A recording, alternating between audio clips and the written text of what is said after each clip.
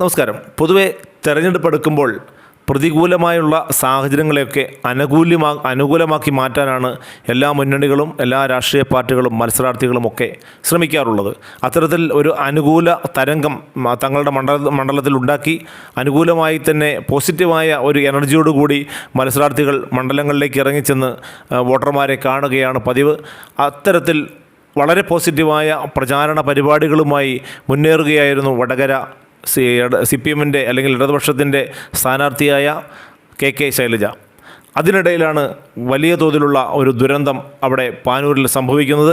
കഴിഞ്ഞ ദിവസമാണ് പാനൂരിലെ കുന്നോത്തുപറമ്പ് മൂളിയാത്ത് അതിശക്തമായ ഒരു ബോംബ് സ്ഫോടനം ഉണ്ടാകുന്നത്. ബോംബ് നിർമ്മാണത്തിനിടെ അത് പൊട്ടിത്തെറിക്കുകയായിരുന്നു. അങ്ങനെ ഷെറിൻ എന്നൊരാൾ മരിക്കുകയും 4 പേർക്ക് ഗുരുതരമായി പരുക്കേൽക്കുകയും ചെയ്തു. ഇത് CPM-ൻ്റെ വടകര മണ്ഡലത്തെ അതിശക്തമായ രീതിയിൽ ബാധിക്കും, വളരെ ഗുരുതരമായി ബാധിക്കും എന്ന കാര്യത്തിൽ യാതൊരു തർക്കവുമില്ല. അവിടെ അത്തരത്തിലൊരു സമീപനമുണ്ടാകും, ജനങ്ങൾക്കിടയിൽ തനിക്കെതിരെയുള്ള ഒരു വികാരമുണ്ടാകുമെന്ന് കെ ശൈലജ ടീച്ചർ മനസ്സിലാക്കുകയും അത് CPM നേതൃത്വത്തെ അറിയിക്കുകയും ചെയ്തു. മാത്രമല്ല, ഇതിനെതിരെ ശക്തമായ നിലപാടെടുക്കണം, ശക്തമായ നടപടി ഉണ്ടാകണമെന്നാണ് ഇപ്പോൾ കെ ശൈലജ ടീച്ചർ ആവശ്യപ്പെട്ടിരിക്കുന്നത്. തന്നെ തോൽപ്പിക്കാൻ പാർട്ടി തന്നെയാണോ ഇത്തരത്തിലുള്ള ഒരു നിലപാടെടുത്തിരിക്കുന്നത് എന്ന് പോലും കെ ശൈലജ ടീച്ചർക്ക് സംശയമുണ്ട് എന്നാണ് അവിടെ നിന്നും വരുന്ന റിപ്പോർട്ടുകൾ. കെ ശൈലജ എന്ന മത്സരാർത്ഥിക്ക് വടകരയിൽ മത്സരിക്കാൻ, പാർലമെൻറ്റ് ഇലക്ഷനിലേക്ക് മത്സരിക്കാൻ യാതൊരു താല്പര്യവും ഉണ്ടായിരുന്നില്ല എന്നും അവരെ നിർബന്ധപൂർവ്വം പാർലമെൻറ്റ് തെരഞ്ഞെടുപ്പിലേക്ക് അയക്കുകയായിരുന്നുവെന്നുമൊക്കെയുള്ള വാർത്തകൾ അന്ന് തന്നെ വടകരയിൽ നിന്നും ഉണ്ടായിരുന്നു. അതിന് കാരണം മുഖ്യമന്ത്രിക്ക് കെ ശൈലജയോടുള്ള ഒരു അതൃപ്തി, അവരെ വീണ്ടും നിയമസഭയിലേക്ക് എത്തിക്കാതിരിക്കുന്നതിനുള്ള ഒരു താല്പര്യം, അതൊക്കെയാണ് എന്നാണ് അന്ന് പറഞ്ഞിരുന്നത്. മാത്രവുമല്ല, CPM മുന്നോട്ട് വയ്ക്കുന്ന മുഖ്യമന്ത്രി സ്ഥാനാർത്ഥികളിൽ ഒരാൾ കൂടി, അടുത്ത മുഖ്യമന്ത്രി സ്ഥാനാർത്ഥികളിൽ ഒരാൾ കൂടിയാണ് കെ ശൈലജ. അതുകൊണ്ട് തന്നെ കെ ശൈലജയെ ഇവിടെ നിന്നും മാറ്റുക എന്നുള്ളത് മുഖ്യമന്ത്രി പിണറായി വിജയൻ്റെ ലക്ഷ്യമായിരുന്നു എന്നൊക്കെയാണ് അന്ന് വടകരയിൽ നിന്നും വന്ന റിപ്പോർട്ടുകൾ.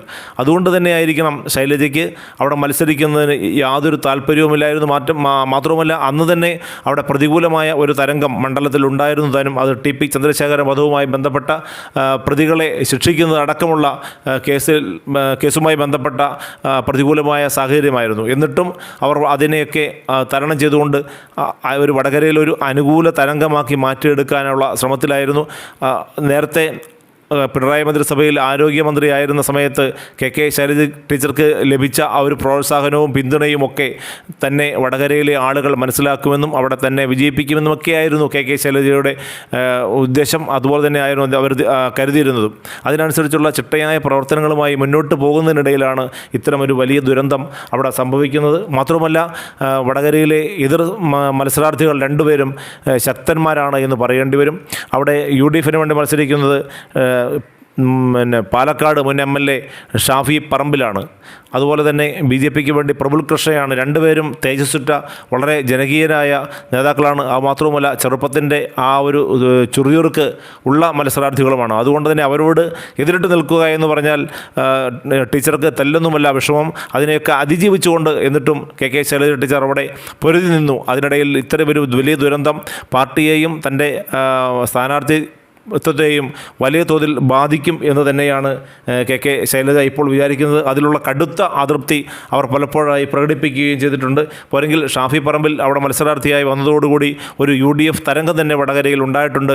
അതിനെയൊക്കെ അതിജീവിക്കണമെങ്കിൽ ഒട്ടൊന്നുമല്ല കഠിന പ്രയത്നം ചെയ്യേണ്ടത്. അങ്ങനെയുള്ള ഒരു കഠിന പ്രയത്നത്തിലേക്ക് പോയിക്കൊണ്ടിരിക്കുമ്പോഴാണ് ഇത്തരം ഒരു വലിയ ദുരന്തം, പാർട്ടിയെ തന്നെ അപമാനിക്കുന്ന തരത്തിലുള്ള ഒരു സ്ഫോടനം അവിടെ അരങ്ങേറിയത്. ഇപ്പോൾ UDF-ൻ്റെയും BJP-യുടെയും സ്ഥാനാർത്ഥികൾ പറഞ്ഞു വരുത്തുന്നത് അത് അവിടെ വടകരയിൽ CPM ആസൂത്രണം ചെയ്ത നടപ്പിലാക്കിയ ഒരു സ്ഫോടനമാണ്.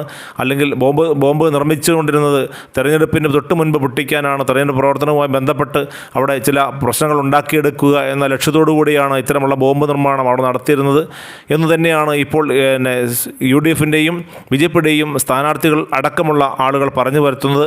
ഇതൊക്കെ കെ ശൈലജയെ വലിയ തോതിൽ ബാധിക്കും എന്ന കാര്യത്തിൽ യാതൊരു തർക്കവുമില്ല. അതുകൊണ്ട് തന്നെ ഇപ്പോൾ വടകരയിൽ കെ ശൈലജയുടെ വിജയം ഒരു ചോദ്യചിഹ്നമായി ഉയർന്നിരിക്കുകയുമാണ്.